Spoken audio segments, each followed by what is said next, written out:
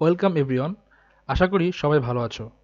এই ভিডিওতে আমরা দেখব যে প্রেজেন্ট ফর্ম এবং বেস ফর্ম অফ ভার্বের মধ্যে ডিফারেন্সটা কী। হ্যাঁ, আমরা অনেকেই কিন্তু এটা নিয়ে কনফিউশনে থাকি বা এখনও অনেকেই মনে করি যে প্রেজেন্ট ফর্ম যা ভার্বের বেস ফর্মও তাই। ঠিক আছে? তো এই কনফিউশনটা হওয়ার একটা ইম্পর্ট্যান্ট কারণ হচ্ছে প্রিন্সিপাল ভার্ব। কারণ প্রিন্সিপাল ভার্বগুলোর ক্ষেত্রে দেখা যায় প্রেজেন্ট ফর্ম যা বেস ফর্মও তাই। ঠিক আছে? যেমন একটা এক্সাম্পলের মাধ্যমে ব্যাপারটা ক্লিয়ার করা যাক। দেখো এখানে, দেখো বেস ফর্ম ইট একটা বেস ফর্ম, ঠিক আছে? ইটের প্রেজেন্ট ফর্মও কিন্তু ইটই। তো এই ক্ষেত্রে আমরা কি ধরে নিই? এইগুলোর ক্ষেত্রে যেমন ইট, গো, ডু, তারপর অন্যান্য যে প্রিন্সিপাল ভার্বগুলো থাকে, তো ওগুলোর ক্ষেত্রে আমরা এই কারণেই ধরে নিই যে বেস ফর্ম যা প্রেজেন্ট ফর্মও তাই। কিন্তু অ্যাকচুয়ালি কিন্তু তা সেম না। বেস ফর্ম আর প্রেজেন্ট ফর্মের মধ্যে পার্থক্য রয়েছে। একটা উদাহরণ খেয়াল করো। আমি তোমাদের তিনটে এক্সাম্পল দিব। তিনটে এক্সাম্পলের মাধ্যমে আমি তোমাদেরকে জিনিসটা ক্লিয়ার করার চেষ্টা করব। তো প্রথম এক্সাম্পলটা দেব হচ্ছে প্রিন্সিপাল ভার্ব দিয়ে। যেমন দেখো ইট, ইট এখানে একটা প্রিন্সিপাল ভার্ব, ঠিক আছে? তো আমরা এখন একটা এক্সাম্পল দেখি, ইট দিয়ে একটা সেন্টেন্স দেখি, ঠিক আছে? দেখো আই ইট রাইস, ঠিক আছে? আমি যখন প্রেজেন্ট ফর্মে আমি দিয়ে লিখছি আই দিয়ে, তখন আই এর সাথে কি বসছে? ইট বসছে, আই ইট রাইস। কিন্তু আমি যখন এটা বলবো সে ভাত খায়, তখন আমি কি লিখবো? শি ইট রাইস লিখবো না, কি লিখবো আমরা? She eats rice. কারণ আমরা কি জানি যে থার্ড পারসন সিঙ্গুলার নাম্বার যদি নাউন হয়, তাহলে তার ক্ষেত্রে ভার্ব বসানোর ক্ষেত্রে, অর্থাৎ প্রিন্সিপাল ভার্ব বসানোর ক্ষেত্রে এস বা ইস যোগ হয়।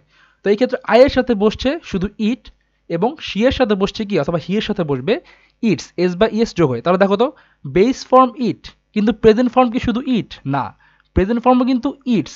অর্থাৎ ইটের প্রেজেন্ট ফর্ম দুইটা, ইট নিজে এবং ইটস। এখানে খেয়াল করো, আমি তোমাদেরকে আরও দুটো এক্সাম্পল দিচ্ছি, ব্যাপারটা ক্লিয়ার হবে। সবসময় মনে রাখবে টু এর পর কিন্তু সবসময় ভার্বের বেস ফর্ম হয়, ঠিক আছে? যেমন ইট প্রেজেন্ট ফর্ম কিন্তু না, কারণ কি বললাম, ইটের প্রেজেন্ট ফর্ম দুইটা, ইট এবং ইটস।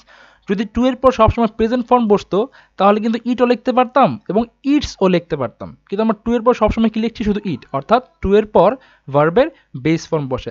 আরেকটা জিনিস খেয়াল রাখো, উইল, উইল কিন্তু একটা মডেল অক্সিলারি, ঠিক আছে? দেখবা উইলের পরেও সবসময়, যেমন will, can, could, may, might, must, এগুলোর পরেও সবসময় ভার্বের বেস ফর্ম বসে।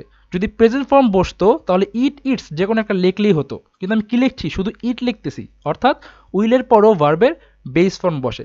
ঠিক তেমনি আরেকটা জিনিস খেয়াল রাখবে, আমরা যে প্রেজেন্ট কন্টিনিউয়াস টেন্স লিখি বা যে কোনো কন্টিনিউয়াস টেন্স, অর্থাৎ ভার্বের যে আইএনজি ফর্ম লিখি, এক কথায় আইএনজি ফর্ম কিন্তু সবসময় বেস ফর্ম দিয়ে লিখতে হয়, কখনো প্রেজেন্ট ফর্ম দিয়ে আমরা লিখি না, ঠিক আছে? যেমন ইটিং, ইটসিং কিন্তু না, শুধু ইটিং। তো এই আইএনজি ফর্মের ব্যাপারটা নেক্সট আমি তোমাদেরকে যেই দুটো এক্সাম্পল দিব ওখানে আরও বেশি ক্লিয়ার হবে। তো চলো আরেকটা এক্সাম্পল দেখে নিই।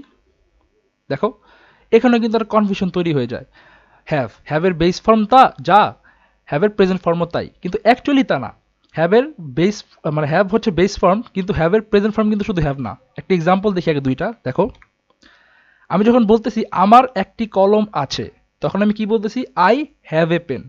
কিন্তু আমি যখন বলতেছি তার একটি কলম আছে, আমরা কি শি হ্যাভ এ পেন বলতেছি? না, আমরা কি জানি থার্ড পারসন সিঙ্গুলার নাম্বারের সাথে হ্যাজ বসে, ঠিক আছে? হ্যাভের প্রেজেন্ট ফর্ম। তো আমরা তখন কি বলতেছি? যখন তার একটি কলম আছে, শি হ্যাজ এ পেন। অর্থাৎ এইখানেও তোমরা খেয়াল করো, হ্যাভ যদিও বেস ফর্ম, হ্যাভের প্রেজেন্ট ফর্ম কিন্তু দুইটা, হ্যাভ নিজে এবং হ্যাজ, ঠিক আছে? তাহলে হ্যাভের প্রেজেন্ট ফর্ম হচ্ছে হ্যাভ এবং হ্যাজ। এইখানেও আগের রুল প্রযোজ্য। দেখো এক্সাম্পলটা, I want to have this. ওই যে টু প্রিপোজিশনের পর সবসময় ভার্বের বেস ফর্ম বসে, আর বেস ফর্ম তো হচ্ছে হ্যাভ। যদি প্রেজেন্ট ফর্ম বসতো তাহলে কিন্তু আমরা এখানে হ্যাভের জায়গায় হ্যাজও লিখতে পারতাম, I want two has this. কিন্তু যেহেতু টু এর পর সবসময় ভার্বের বেস ফর্ম বসে, তাই আমরা শুধু হ্যাভ লিখবো। হ্যাভ বা হ্যাজ যে কোনো একটা লিখতে পারবো না, শুধু বেস ফর্ম হ্যাভ বসবে, ঠিক আছে? তো মনে রাখবে, আবারও বলছি, টু এর পর বসে ভার্বের বেস ফর্ম, প্রেজেন্ট ফর্ম না। এই জন্যই বলা হয় টু এর পর ভার্বের বেস ফর্ম বসে। মানে এই কথাটা কেন বারবার বলছি, কারণ ওই যে ভার্ব মিলে যাচ্ছে, তা আমরা অনেক সময় এভাবে পড়ি যে টু এর পর ভার্বের প্রেজেন্ট ফর্ম বসে না। এই যে পার্থক্যটা বলছি তোমাদেরকে, এটা দিয়ে মনে রাখবে যে টু এর পর ভার্বের বেস ফর্ম বসে, প্রেজেন্ট ফর্ম কিন্তু বসে না। ঠিক তেমনি উইলের পরও same, I will have this, ঠিক আছে? বেস ফর্ম বসবে, প্রেজেন্ট ফর্ম বসবে না, কারণ প্রেজেন্ট ফর্ম বসলে হ্যাজও বসতে পারতো। কিন্তু যদি রুলস, যেহেতু শুধু বেস ফর্ম বসবে, বেস ফর্ম একটাই হ্যাভ, তাই শুধু উইলের পর হ্যাভ বসবে।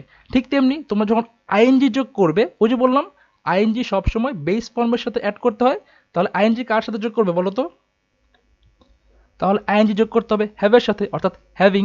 তুমি কখনো বলতে পারবে না হ্যাজিং, ঠিক আছে, কারণ বেস ফর্মের সাথে যদি আইএনজি যোগ করতে হয় তোমাকে বলতে হবে হ্যাভিং। এখন লাস্ট এক্সাম্পল দেখি, দেখো বি ভার্ব দিয়ে। বেস ফর্ম বি, কিন্তু আমি প্রেজেন্ট ফর্ম কি বলতেছি, এম ইজ আর। দেখো এক্সাম্পলগুলো, আমি একজন doctor, I am a doctor, ঠিক আছে, মানে বি মানে কি, বি মানেও হওয়া, এম ইজ আর মানেও হওয়া। তো আই এম এ ডক্টর, আমি একজন ডাক্তার হই, এখানে হইটা উজ্জ্ব থাকে। ইউ আর এ ডক্টর, তুমি একজন ডাক্তার। হি ইজ এ ডক্টর, সে একজন ডাক্তার। তো এখানে খেয়াল করো, বি কিন্তু বেস ফর্ম, কিন্তু তার প্রেজেন্ট ফর্ম কি, এম ইজ আর তিনটাই, কারণ আই এর সাথে এম বসে, ইউ এর সাথে আর বসে, এবং হি এর সাথে ইজ বসে, ঠিক আছে। কিন্তু সবসময় যে বললাম রুলস মনে রাখবে, টু এর পর প্রিপোজিশন, তারপর মডাল অক্সিলারির পর, তারপর ভার্বের সাথে আইএনজি যোগ করার ক্ষেত্রে সবসময় বেস ফর্ম দিয়ে ওগুলো করতে হয়। যেমন এক্সাম্পলটা দেখো, I want to be a doctor, আমি কিন্তু এটা বলতেছি না যে I want to am a doctor, I want to are a doctor, I want to is a doctor. যদি টু এর পর সবসময় ভার্বের প্রেজেন্ট ফর্ম আর বেস ফর্ম যদি একই হতো, তাহলে আমরা কি বলতে পারি, প্রেজেন্ট ফর্মে বসতে পারতো, তাহলে টু এর পর আমরা এম লিখতে পারতাম, টু এর পর আর লিখতে পারতাম, টু এর পর ইজও লিখতে পারতাম। কিন্তু টু এর পর আমি কি লিখতেছি, টু এর পর আমি লিখতেছি শুধু বি, অর্থাৎ ভার্বের বেস ফর্ম। ঠিক তেমনি উইলের পরে যে মডেল অক্সিলারি সবসময় ভার্বের বেস ফর্ম বসবে। এখানেও কিন্তু আমি I will am a doctor, are a doctor বা ইজ এ ডক্টর বলতেছি না, আমি কি বলতেছি, I will be a doctor.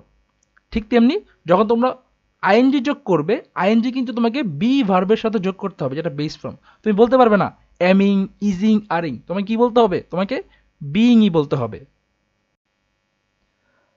তো আশা করি ব্যাপারটা তোমাদের কাছে ক্লিয়ার হয়েছে।